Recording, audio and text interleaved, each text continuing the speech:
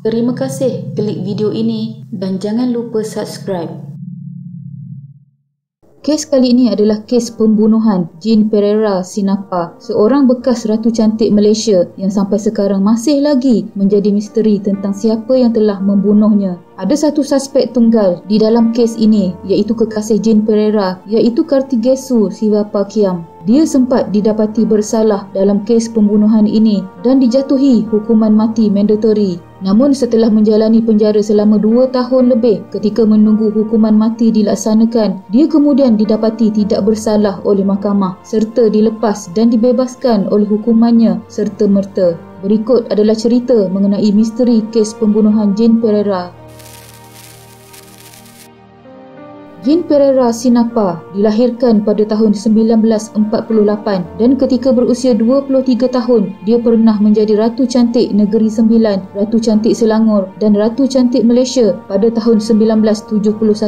Jean Pereira juga adalah seorang guru dan telah berkahwin dengan Sinapa Sivapakiam dan mempunyai 3 orang anak hasil perkahwinan tersebut. Namun perkahwinan mereka terputus apabila suami Jean Pereira, S. Sinapa, seorang ahli kimia, mati dalam kemalangan jalan raya 4 bulan sebelum berlaku kejadian pembunuhannya ketika sambutan Tahun Baru 1979, iaitu pada hujung tahun 1978. Selepas kematian suaminya, Jean Pereira dan 3 orang anaknya telah berpindah ke rumah ibu mertuanya yang tinggal bersama abang mendiang suaminya, iaitu Kartigesu Sivapakiam. Tidak lama selepas itu, hubungan mereka menjadi rapat dan Jean Pereira kemudian menjalinkan hubungan cinta dengan Kartigesu. S. Kartigesu merupakan seorang pensyarah bidang psikologi di Maktab Perguruan Ilmu Khas Ceras Kuala Lumpur, sementara Jean Pereira adalah seorang pelatih tahun pertama di maktab yang sama. Jika tidak berlakunya tragedi pembunuhan itu, mereka dikatakan sepatutnya berkahwin pada minggu hadapan, iaitu seminggu selepas tragedi tersebut.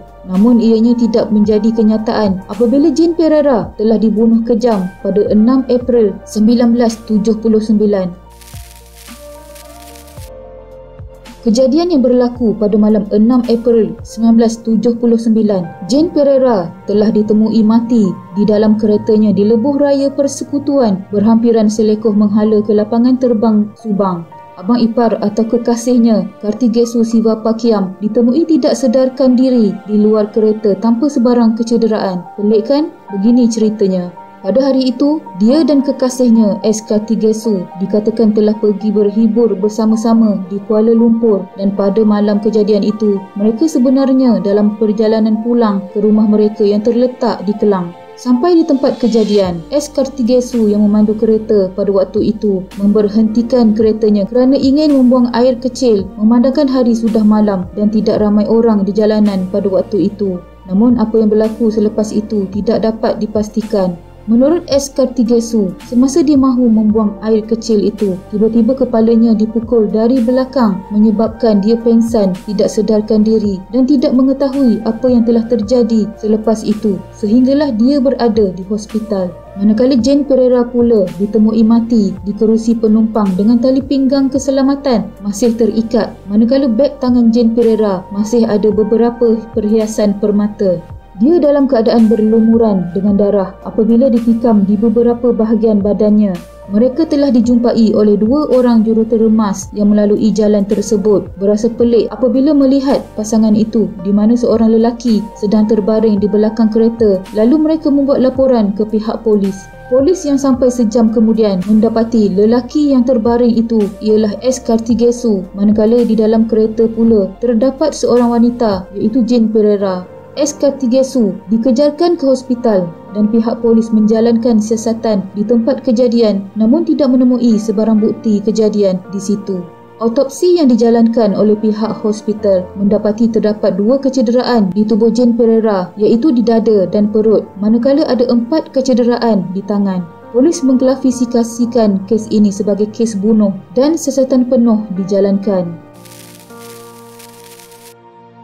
Tiada sebarang bukti dijumpai untuk mengenal pasti secara langsung siapakah pembunuh di dalam kes ini.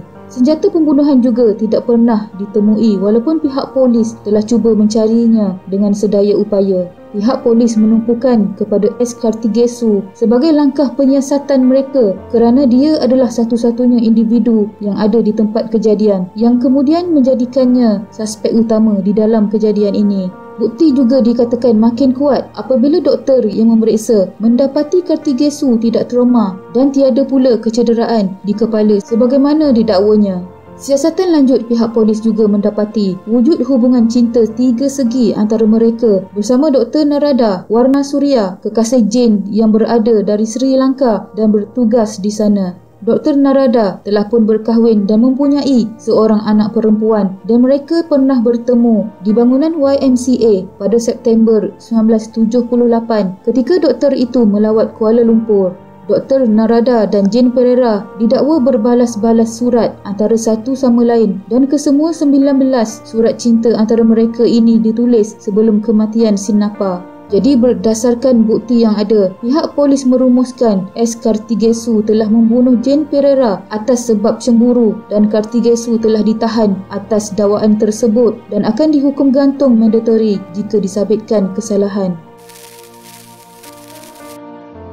Pada 9 Mei 1979, S. Kartigesu, seorang pensyarah, dituduh membunuh Jane Pereira di Batu 11, lebuh raya persekutuan antara 11.20 malam hingga 11.50 malam pada 6 April 1979. Perbicaraan dijalankan di Mahkamah Tinggi Kuala Lumpur di Jalan Raja berhadapan Dataran Merdeka. Sekeping gambar menunjukkan S. Kartigesu di sebelah kereta tersebut dan dijadikan sebagai bahan bukti di mahkamah. Blaus kuning yang dipakai Jane Pereira penuh dengan darah turut dijadikan bahan bukti. Perbicaraan berlangsung selama 38 hari melibatkan 58 saksi, di antaranya adalah doktor yang memeriksa Kartigesu yang mendapati dia tidak mengalami apa-apa trauma kecederaan, wartawan yang membuat temu bual bersama Kartigesu waktu pengkebumian Jane Pereira serta seorang rakan mereka yang menjadi saksi utama iaitu Bandulanda Jayati Lake.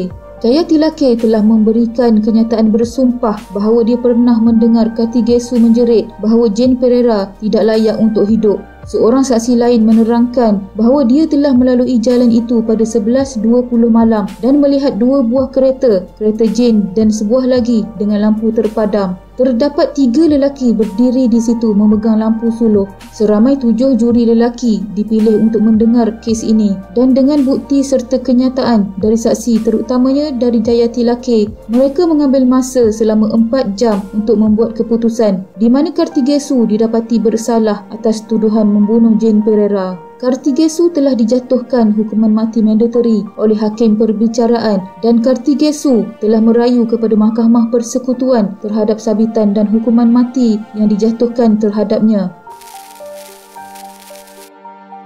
4 hari selepas sabitan Kartigesu, Jayati Lake yang merupakan saksi utama pendakwaan telah tampil ke hadapan dan dia telah membuat satu pengakuan bahawa dia telah bercakap bohong di dalam perbicaraan tersebut.